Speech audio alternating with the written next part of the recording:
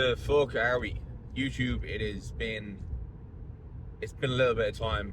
The weekly frequency is not necessarily holding true at the moment. I'm probably a little bit more infrequent than a week. That's okay. That's okay.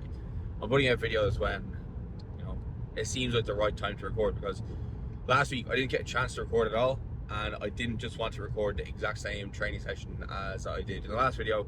So now we are on the way to the gym to do a deadlift session and legs. So my training split and exercises are kind of a little bit all over the place. And one of the reasons for that being is, I have my coach John planning out my powerlifting training, and everything else, like my bodybuilding work, I am kind of filtering in alongside that. Now, naturally enough, at this point in time within my training, there is some new aspects that I need to get used to. So there's the likes of my wrap squatting, which is taking up a lot of time on my Sundays when I do that squat bench deadlift session. It's taking me about 3.5 hours to just get through squat bench and deadlift, all very low rep ranges. So in that session, that automatically means there's like accessories or bodybuilding work that I used to do on a Sunday that I can no longer do on that day. The wrap squatting as well, it is taking a lot out of my knees, so I've had to adjust my kind of leg day. I've had to adjust some things with my deadlift as well, because now I'm deadlifting 2 times a week. It's just a little bit messy, right? So I'm not complaining. I am just, I suppose, kind of giving a reason as to why I seem to be always doing like different training sessions. Like, I know I would have a general kind of theme to my training sessions, but it does seem like, I'm always putting up like a new workout, or at least I feel like I'm doing that. And that's because my powerlifting training does change. Like, I do have some type of variation, whether it be in reps or variation or intensity, pretty much every block. So I pretty much have some type of variation occur. And alongside these variations happening, like, I do need to pay attention to the intensity and amount of volume I'm doing on accessories, because the more accessories I do, or the harder I do them, the more knock-on impact they can have to my powerlifting training, which ultimately at the moment is my priority, especially in competition prep. So it just means that when certain training days change, I need to move around accessories, because the accessory is maybe a little bit too high intensity, causes too much fatigue, it causes like too much like muscle damage, for example, or it will interfere with my recovery too much, that like the next powerlifting session will be affected. So that's essentially why I kind of move things around. And like, it does this type of approach make things a little bit harder to track from like a progression standpoint? Like, for sure it does, but it is better to do it like this than to not do it at all, in my opinion, because like, this is one thing that can kind of paralyze a lot of people, is like, their training can't be perfect, or like, they're like, oh, like, how am I going to track progressions now?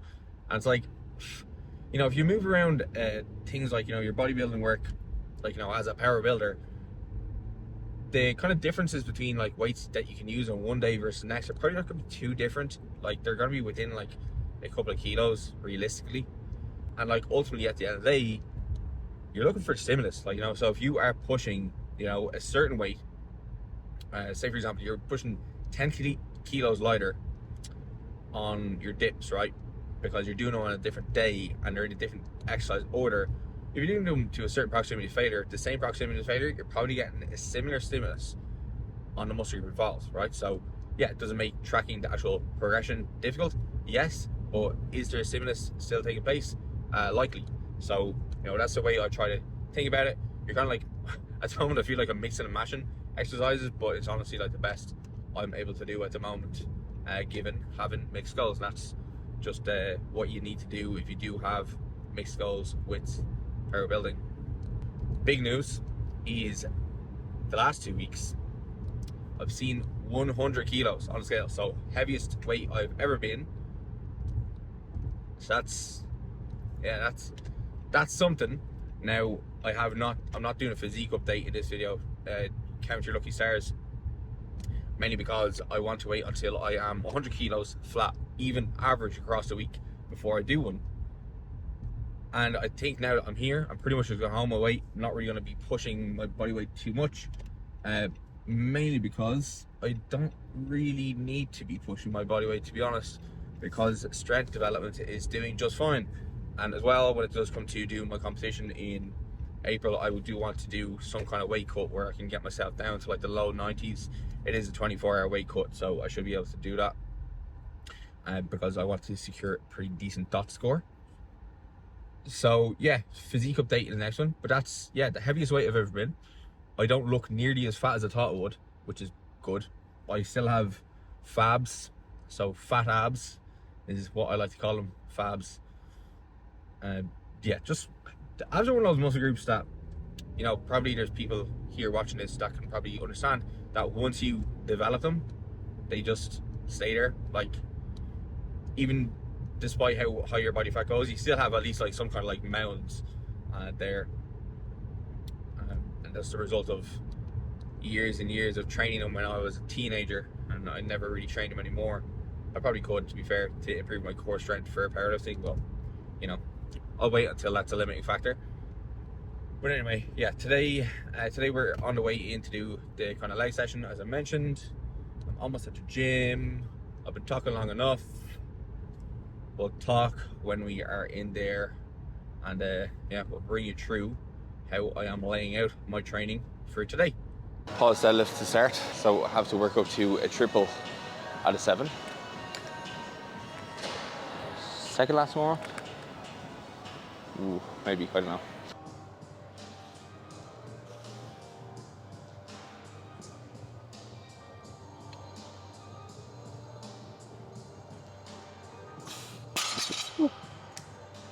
Second warm up, I'm going to go up to 495 pounds. I am genuinely convinced that the only reason Americans and Canadians use pounds for lifting anymore is just to sound like they're lifting heavier than they are. Disagree with me? Let me know. But that's my hot take.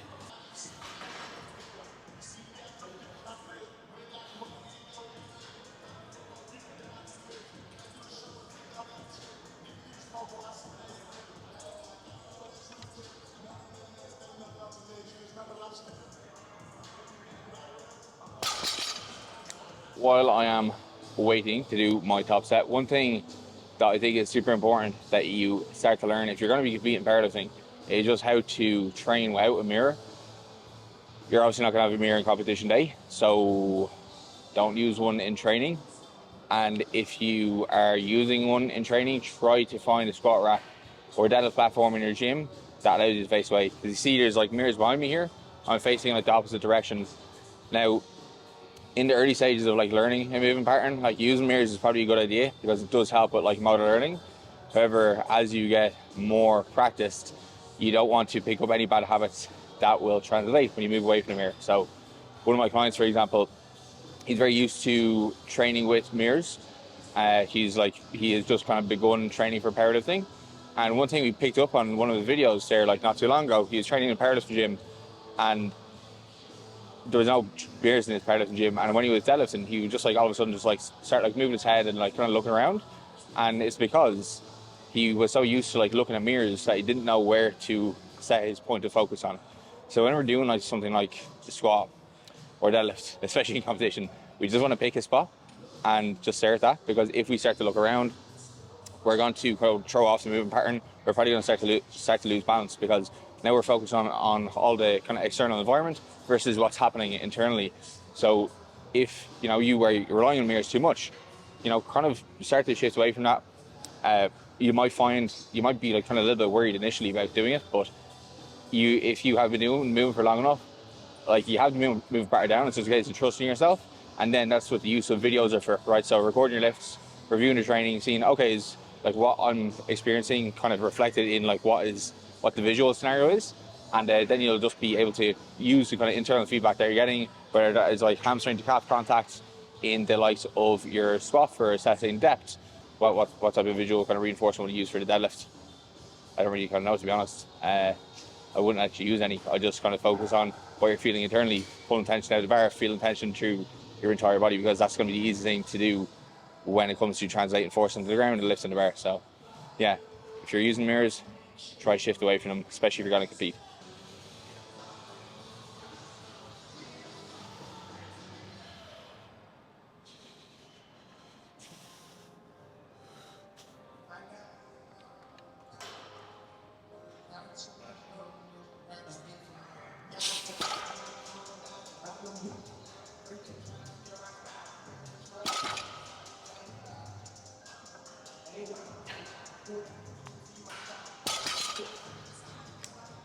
grip.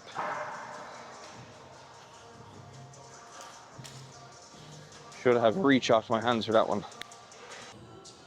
All right, last back off.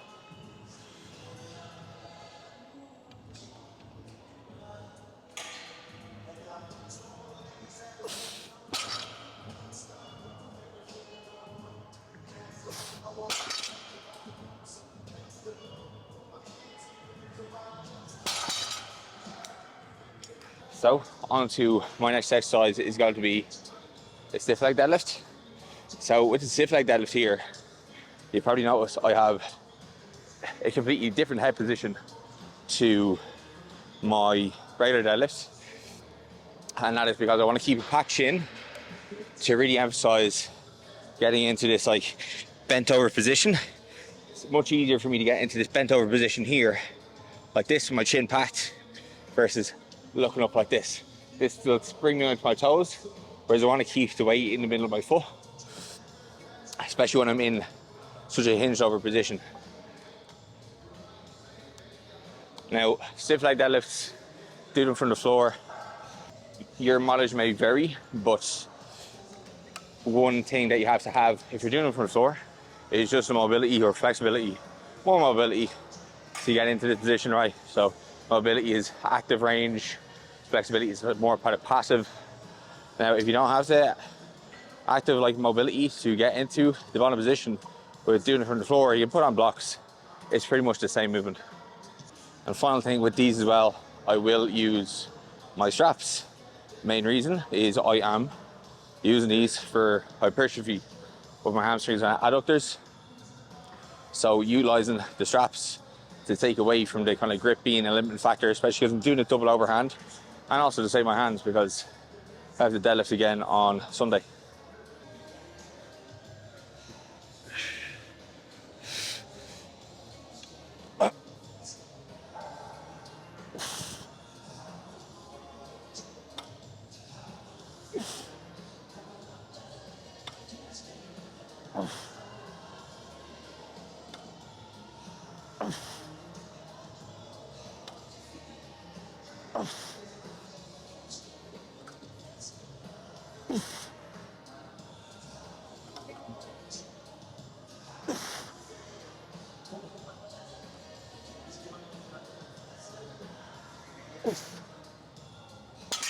So a lot of people are going to feel these in their back, and one of the reasons they're going to feel in their lower back is because they're not creating tension elsewhere, and secondly, they're going too fast.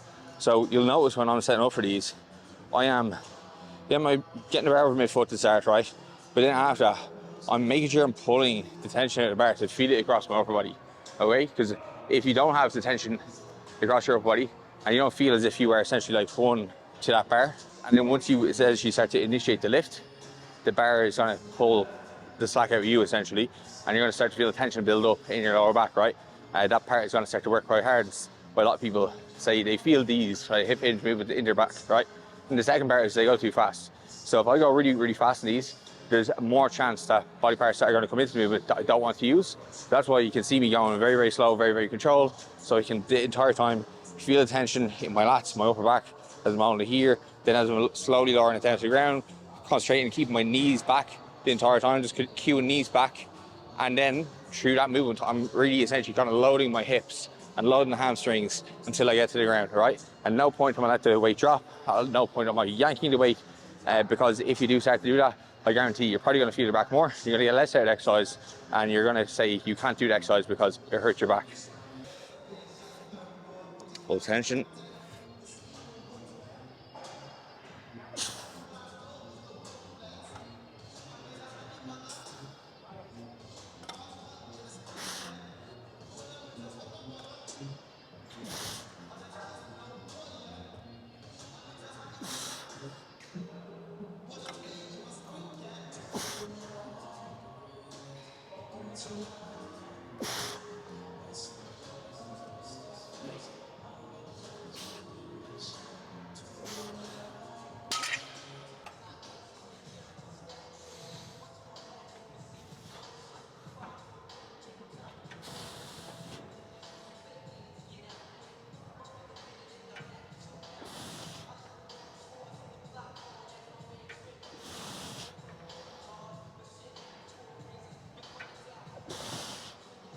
the previous videos, you've probably seen that I was using the other prime one, the plate loaded one, and I stopped using it. One of the reasons being, I mentioned a few videos ago, I mentioned last video, I'm dealing with some like knee pain, and one thing that was probably exacerbating it was being married to load, right? So when I was using the prime leg extension, I had like a load that I always use, and like, you know, I'll go up every now and again, like when I would need to progress. But when the knee pain came on, I would keep warming up to that weight, even though when I do the set, like my knees would be on fire. So I just swapped over this one because I got no load attachment to this one. So I'm just using a load that feels good, that I feel like that challenges me, but I don't feel any pain on, right? Now, this one as well, I don't know whether it is the angle of this pad here doesn't have me in as much knee flexion, but I feel more muscle here than joint, which is obviously a good fucking sign. Now, anytime you do have these kind of aches and pains popping up, it probably is a good sign, especially if you have good recovery, that you're just doing too much, and that's clearly what I was doing. So right now, my quad volume is pretty much rock bottom. I have a set of squats on Friday that I do, or 3 sets of squats that I do on Friday. I have my wrap squats, and then I have this, and that's pretty much all of my quad volume. I don't really count Bulgarian split squats because I'm trying to load my adductors and hips there a little bit more.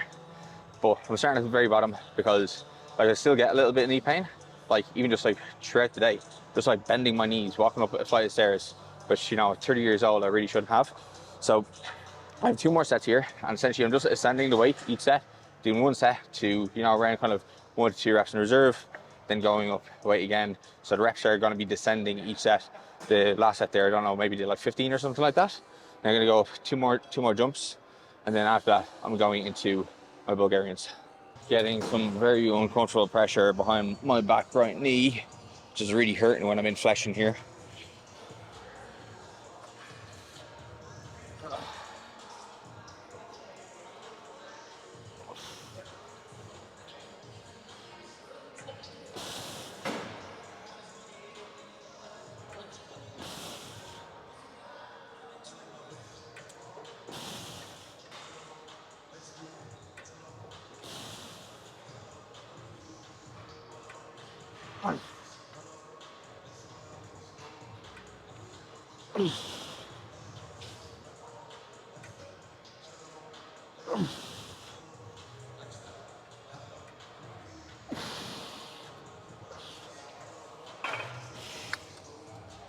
You know, I almost really hate myself when I'm doing stiff legs and Bulgarians in the same session. So I had a question of, how do you know, like, if you're going to be setting these up the exact same every time and hitting the same muscle group on each leg? So one of the easiest ways you do it is, well, number one, like, obviously use a standardized height for back leg. But then the second one, and obviously the most important one, because this is going to determine your stride length, is have some kind of marker so that every time that you're setting that front foot, it's going in the same spot. So I'm using these on elevation as well, just to get a little bit more depth. But essentially, I'm making sure that every time I set my foot, that my foot is on the same kind of center point of the plate, right? So essentially where the shaft goes in. This is going to mean that between each set and each leg, that my stance is standardized. Now, the annoying thing is that maybe some sessions I'm a few centimeters forward or a few centimeters back, and there's very little way to really determine how to get that perfectly. But if you're going to be doing it in the exact same session, you're going to have at least each leg hit with the same type of stimulus. And then after that, it just really comes down to how you're loading each hip. So I'm going to start off with this one because this is my weaker hip. It's where I have like the least amount of like internal rotation. So I'm starting here because I'm going to get less reps with this one versus this one, even though I am going to take rest, right? Really good tip that I got from one of my friends to actually kind of get your kind of balance on these is when you are coming up, and I'm going to get onto that kind of working leg first before I load this back hip. What I'm going to do is I'm going to bring my foot up to my knee up to the center, and this is going to find my center of mass, right? Because I need to try to balance myself on one foot. And then when I have my dumbbells in this position, essentially just what I'll do is I'll bring my leg back. Now I can find the kind of mid foot of this front foot, and then I can just drop down into the lunge, okay?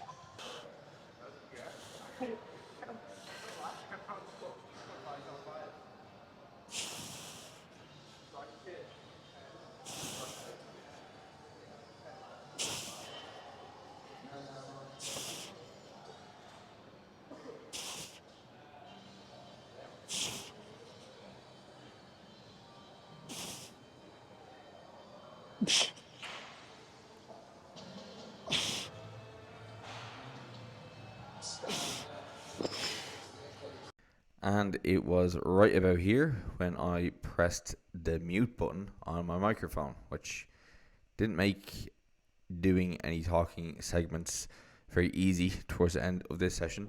So my second last exercise was calf raises. So I put these specifically second last so that I wouldn't skip them. All right, so calves commonly skipped. I've talked about it in many videos, but my next exercise after this is adductors, which is an area which I do want to improve a little bit more. So putting this before the adductors just means that I'm kind of maintaining some level of focus. I'm doing a triple drop set here, I believe. I think that was this set here recorded is just the third set, and then into 3 drops after it. I don't really kind of go off like any set percentage when it does come to like drop and load. Typically, I'll just drop a couple of plates and just kind of keep track of how many plates I've dropped, and then keep some kind of rough target as to how many reps I want to get in each drop. Now, because you're going to be pushing all the drops to failure, or at least I do anyway, it does mean that not the reps don't always go up set like week to week. But that's just what it's going to be like when you're pushing like an exercise to failure. You can't expect like consistent predictable progression. But because I am doing this in this fashion, I just have to kind of accept that that's it. But after I'm finished this, I have a nasty calf pump. You can see here I'm using like fuck all weight on that final drop, but I can barely get even half reps out of this, and I'm really just kind of getting more time in the stretch. So yeah, then after this I'm going to be moving on to the adductors. So again, adductors are probably an area that I neglected so much when it did come to my kind of early stages of development.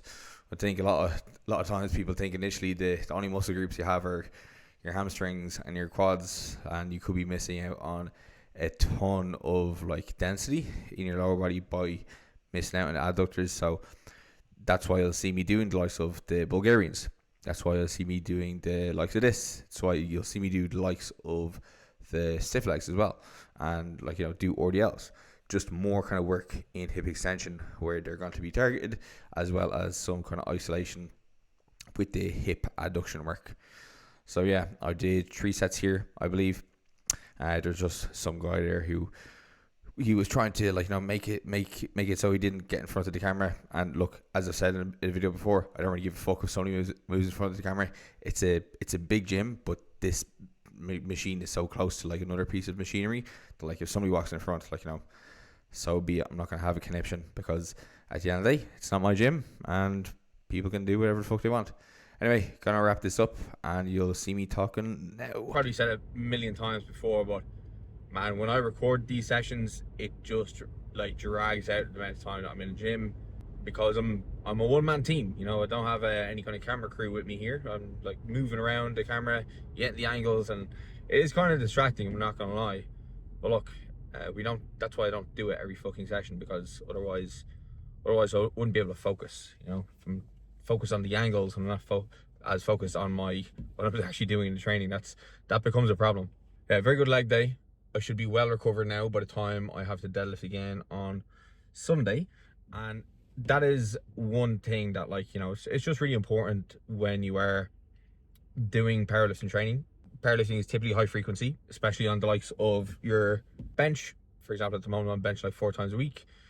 And as you kind of cycle through these different kind of blocks, as I was kind of talked about at the very start of the video, you do have to kind of manage the intensity of an effort that you give within the back off. So there's actually a very interesting study that came out. Well, was it interesting, or did it just kind of confirm what a lot of us were thinking in regards to proximity to failure and reps in reserve? So they were looking at the effects of training to failure. They were looking at the effects of training to failure or training to 2 to 3 reps in reserve, I believe, on the leg press as well as the leg extension. They were kind of measuring the quads, and they actually had like a decent sample in regards to like trained athletes, like people who compete in powerlifting, people who compete in bodybuilding. So is going to be relevant to the demographic that we be interested in. And it kind of showed that they both got like similar levels of muscle growth. Neither group really kind of outperformed the other. Like, I think there was slightly greater like vastus lateralis growth in the leg press, or sorry, in the failure group, whereas there's greater growth in the rec fem for the non-failure group or the reps and reserve group, but they're like neither were like statistically significant.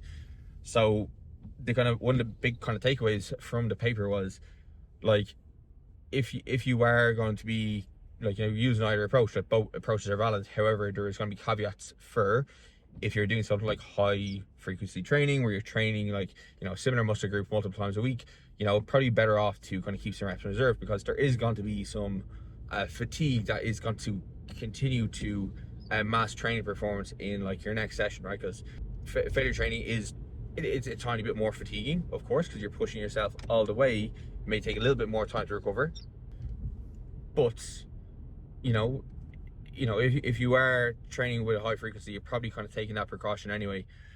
It's definitely one thing that I struggle with, because I do like pushing my accessories and I find it hard to leave reps in reserve. But you know, that's just checking your ego, or checking my ego at least, and you know, kind of delaying gratification for lack of a better concept, lack of a better term. It's not really a term, is it? It's more of a kind of sentence or saying. But anyway, I'm rambling at this point. So yeah, keep the intensity in mind, train hard, and I'll see you in the next one.